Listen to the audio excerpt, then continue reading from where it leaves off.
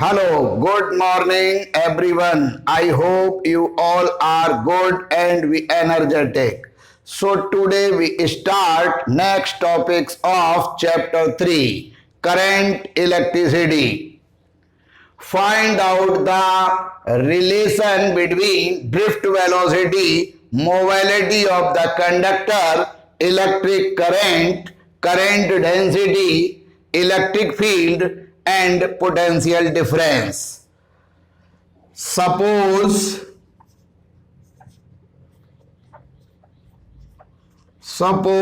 a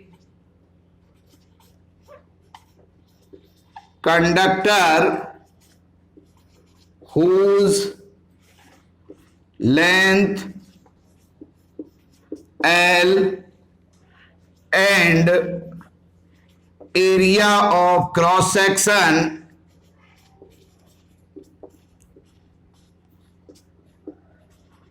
capital A.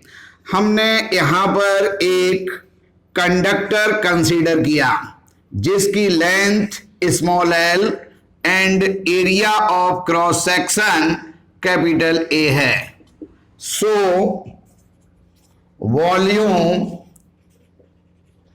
Of the conductor V is equals to area of cross section into length. Suppose per unit volume number of free electron is small n. So total number of free electron of the conductor is NV. Per unit volume number of free electron small n. So total number of free electron of the conductor is NV is equals to n, V की value A into L। पर free electron charge small E, so total charge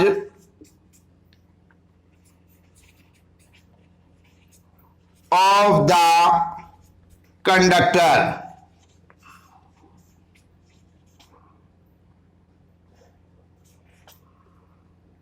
is delta Q is equals to NaL into small e, and drift velocity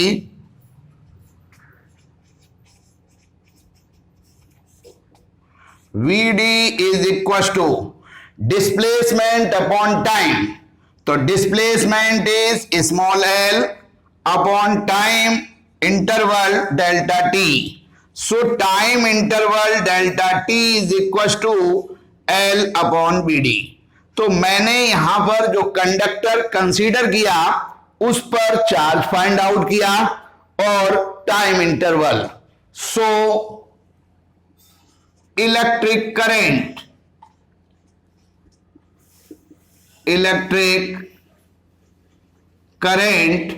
I is equals to delta Q upon delta T। Put these value।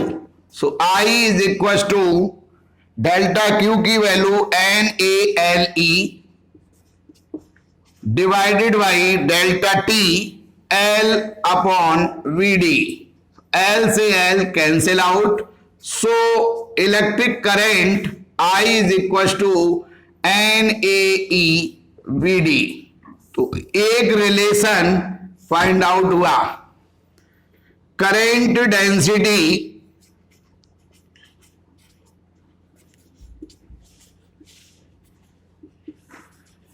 current density J is equals to I upon A. So J is equals to I की value NAE BD divided by A. A से A cancel out. So current density J is equals to NEVD.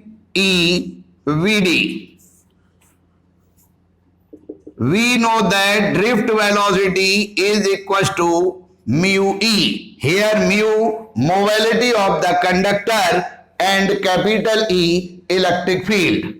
So electric current I is equals to NAE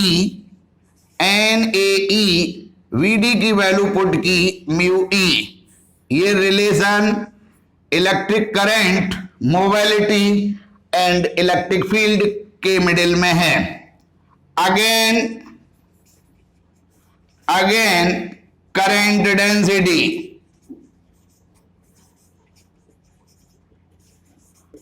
J is equals to I upon A. So J is equals to NAE mu E divided by A. A से A cancel. So J is equals to NE mu E. We know that electric field is equals to potential difference divided by length. So electric current I is equals to NAE mu V upon L, and current density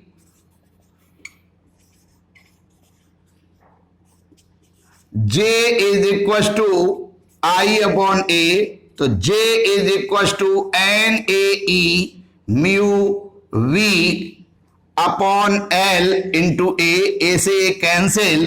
So J is equals to NE mu V upon L. ये हमारे different relation हैं variable physical quantities में. Next topic Wheatstone bridge. There are four resistances P, Q, R and S forming a closed bridge called Wheatstone bridge. यहाँ पर four resistances P, Q, R and S को एक closed bridge में connect किया गया जिसे हम व्हीटस्टोन ब्रिज कहते हैं. A battery is connected across A and C. A और C पॉइंट के बीच एक बैटरी और की कनेक्ट की. While a galvanometer is connected between B and D points. एक गैल्वेनोमीटर को B और D पॉइंट्स के बीच कनेक्ट किया गया. At balancing there is no current in galvanometer. जब ये ब्रिज बैलेंसिंग कंडीशन में होगा उस समय BD पार्ट में कोई करंट फ्लो नहीं होगा.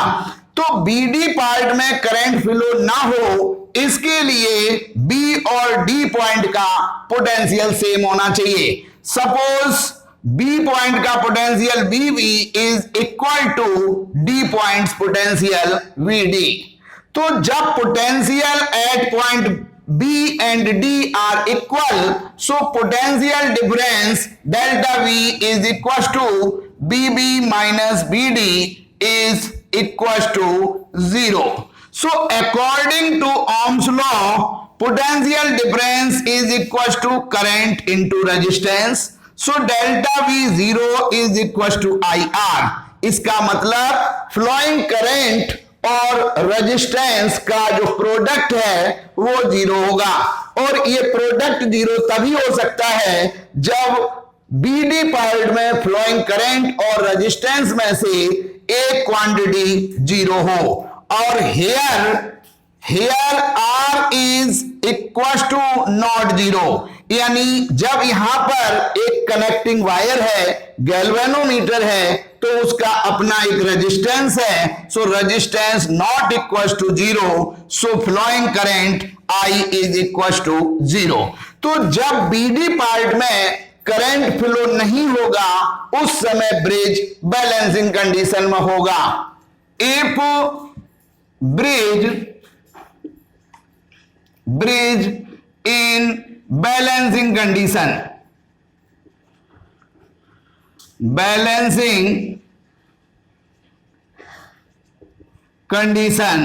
So according to Wheatstone bridge,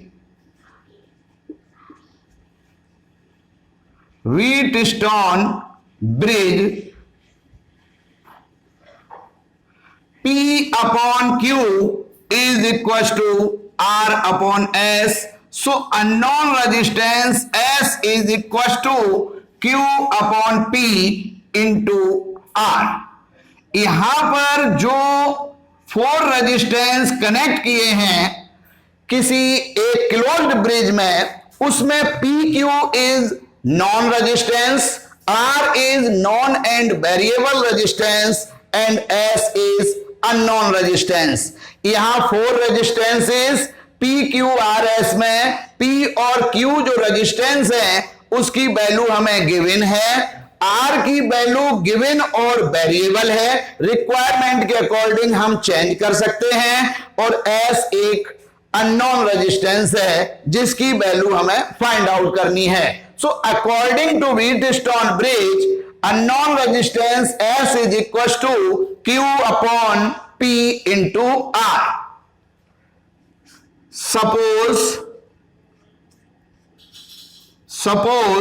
potential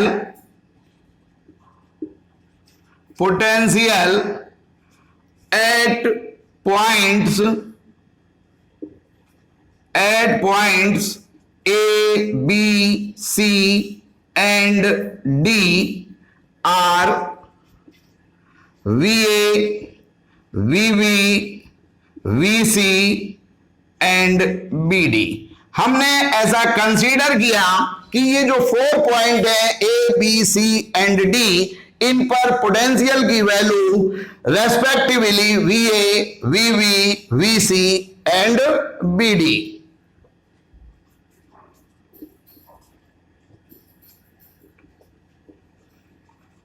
respectively. So in balancing condition,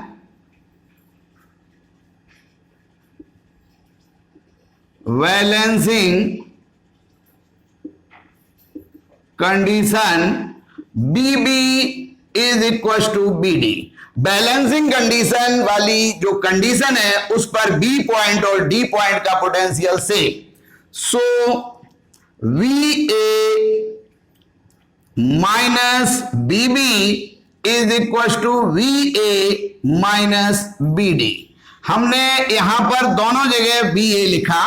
अब एक में से मैंने BB को माइनस किया और राइट हैंड साइड में VD माइनस किया, तो BB और BD ऑलरेडी इक्वल है. So VA minus BB is equal to VA minus BD, equation first. And VB is equal to VD already equal है. दोनों में से मैंने VC को सब्ट्रैक्ट किया. So VB minus VC is equals to VD minus VC, equation second, according to Ohm's law. VA minus VB यानी VA minus BB. अब यहां सपोज कीजिए बैटरी से करंट I फ्लो हुआ, A पॉइंट के बाद इधर करंट I1 और इधर करंट I2 दो पार्ट में डिस्ट्रीब्यूट हुआ. BD पार्ट में करंट नहीं आएगा, so same current I1 flowing in Q resistance and I2 current flowing to resistance S, और C पॉइंट पर टोटल करंट ऐड हुआ, so final current I is equal to I1 plus I2. अब यहां पर VA minus BB is equal to I1 P, यानी potential difference is equal to current into resistance. तो मैंने यहां पर लिखा VA minus BB is equal to I1 P. Similarly VA minus BD is equal to VA minus BD is equal to I2R. VB minus BC is equals to I1Q and VD minus VC is equals to I2S. VD minus VC I2S. From equations first and second, VA minus VV यानी I1P equals to VA minus VD is equals to I2R, equation third, and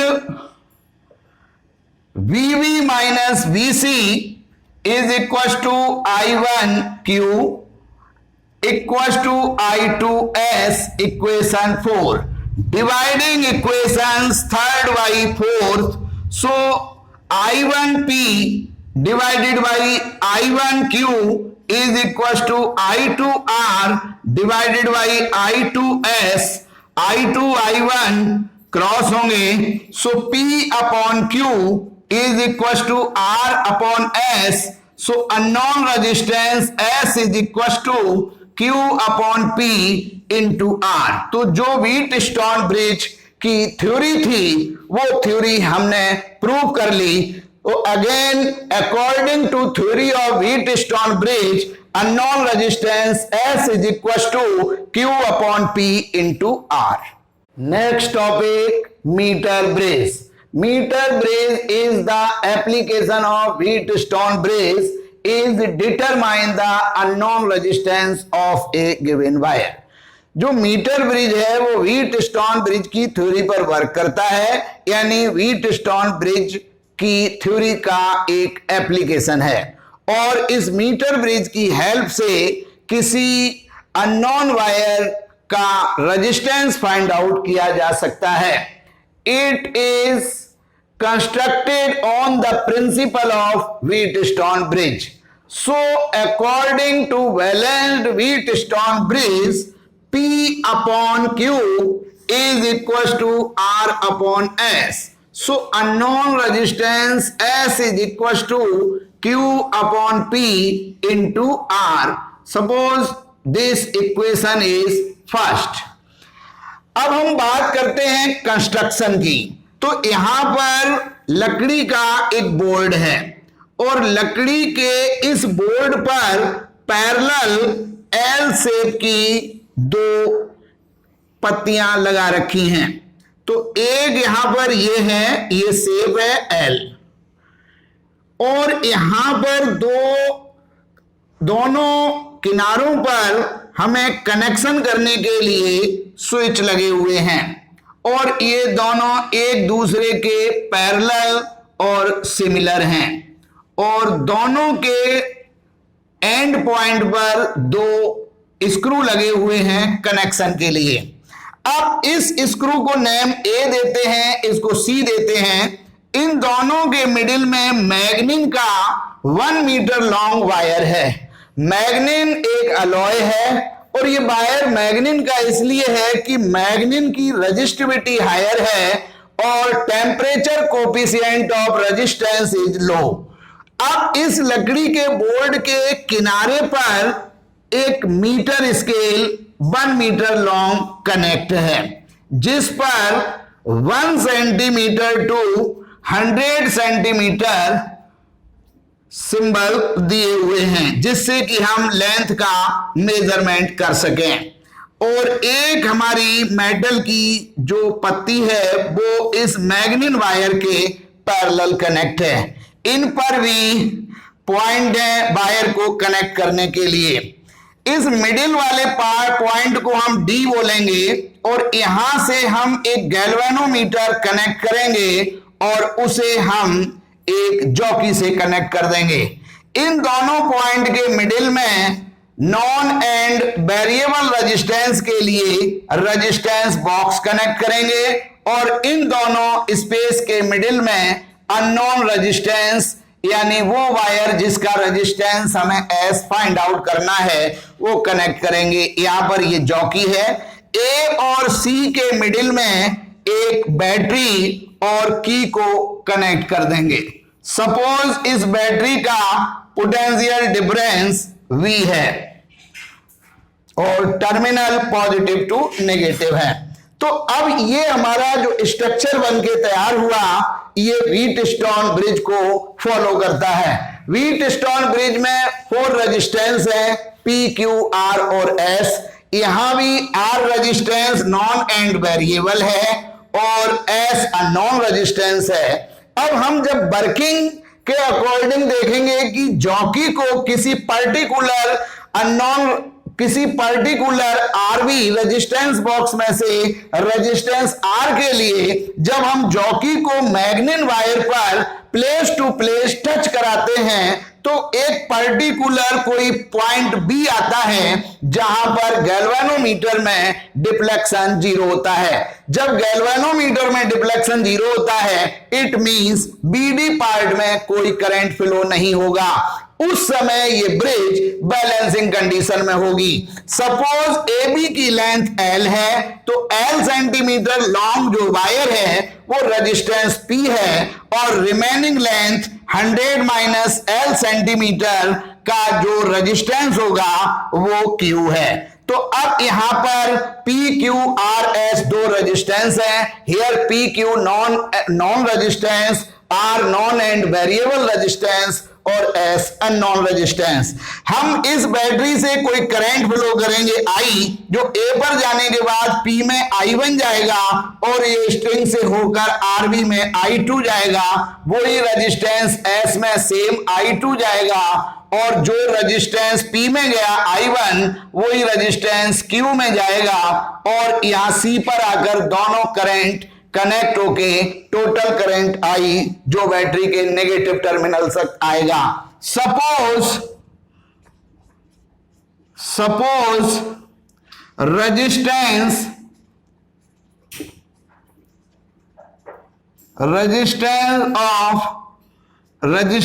of suppose पर centimetre